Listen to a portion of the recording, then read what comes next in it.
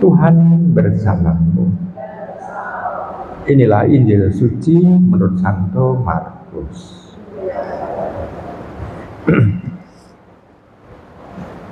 Setelah Yesus berkata, betapa sukarnya orang kaya masuk kerajaan Allah, berkatalah Petrus kepada Yesus, kami ini telah meninggalkan segala sesuatu dan mengikuti Engkau.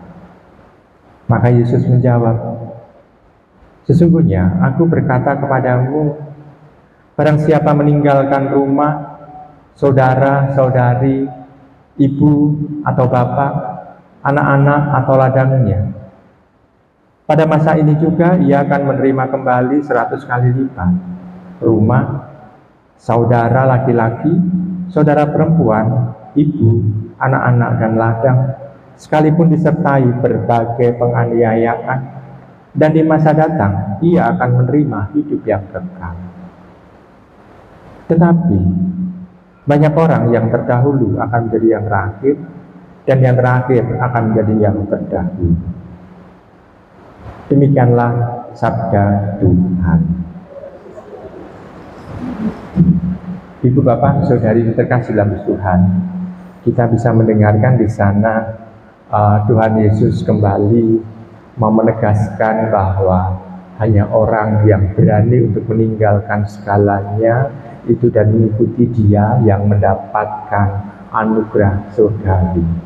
Sebetulnya ini hal yang wajar sebetulnya. Pernah beberapa kali saya omongkan dalam khotbah bahwa kalau mengikuti Tuhan, maka fokus kita ya hanya pada Tuhan. Jadi kalau kita mengikuti Tuhan, maka fokus kita hanya pada Tuhan. Yang lain-lain itu menjadi nomor yang mungkin ke 100 atau ke 1000 atau yang ke 1 juta dalam pikiran kita. Kenapa? Karena kalau fokus kepada Tuhan, maka sebetulnya ada suatu ungkapan bahwa kita rela untuk diatur oleh Tuhan. Kita rela untuk ditata hidup kita oleh Tuhan. Kita rela supaya Tuhan menjadi satu-satunya panutan hidup kita. Jadi kita bisa melihat di sana, kalau kita mau menjadi pengikut Tuhan, memang di sana kita harus meletakkan semuanya dan kita menomorsatukan Tuhan dalam segala hal, baik dalam pikiran maupun di dalam hati kita. Nah, saudari-saudari terkasih dalam Tuhan, di situ ditegaskan oleh Tuhan mengenai hal mengikuti Dia. Kalau menomorsatukan Tuhan, berarti berani untuk meninggalkan rumah, meninggalkan saudari-saudara, meninggalkan ibu dan bapak, meninggalkan anak-anak, tempat pekerjaannya, tempat yang nyaman bagi dirinya, berani dia tinggalkan. Kenapa? Karena itu sebagai satu konsekuensi. Maksudnya ditinggalkan bisa berarti memang fisik, tetapi dalam hal tertentu itu adalah tidak dalam pikiran yang utamanya.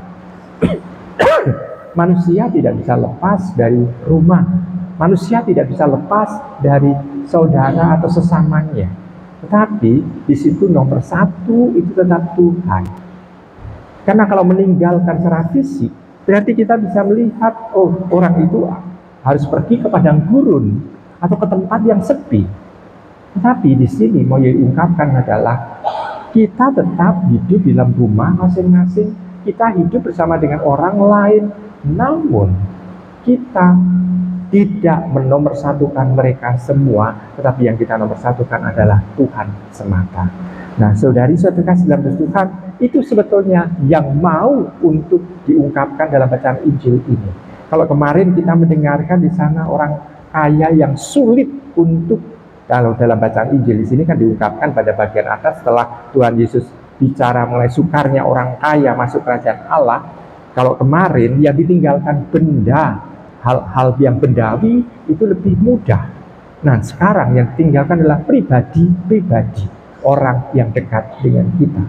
Nah, sekarang kita bisa melihat kalau demikian, Tuhan mengatasi semuanya dalam kehidupan kita.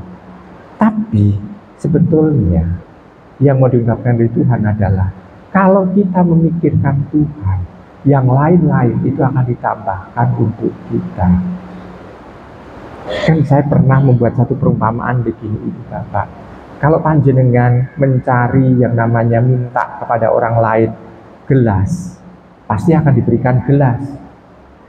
Tetapi kalau yang Anda minta adalah air, orang akan memberikan kepada Anda gelas yang berisi air. Berarti hal yang sekunder itu akan ditambahkan setelah yang primer ini diberikan kepada kita. Maka kalau kita mau untuk mendapatkan hal yang tambahan itu, maka kita harus menomorsatukan Tuhan. Yang lain akan ditambahkan oleh Dia untuk kita, sehingga kita akan mendapatkan banyak hal. Kenapa? Karena Tuhan sendirilah yang akan memuaskan diri kita. Karena Tuhan, kalau Dia dinomorsatukan, Dia akan memperhatikan seluruh kehidupan kita. Tidak hanya pikiran dan hati kita, tapi seluruh kehidupan kita. Apa yang kita butuhkan itu akan dicukupkan oleh Tuhan pula. Selamat merenungkan.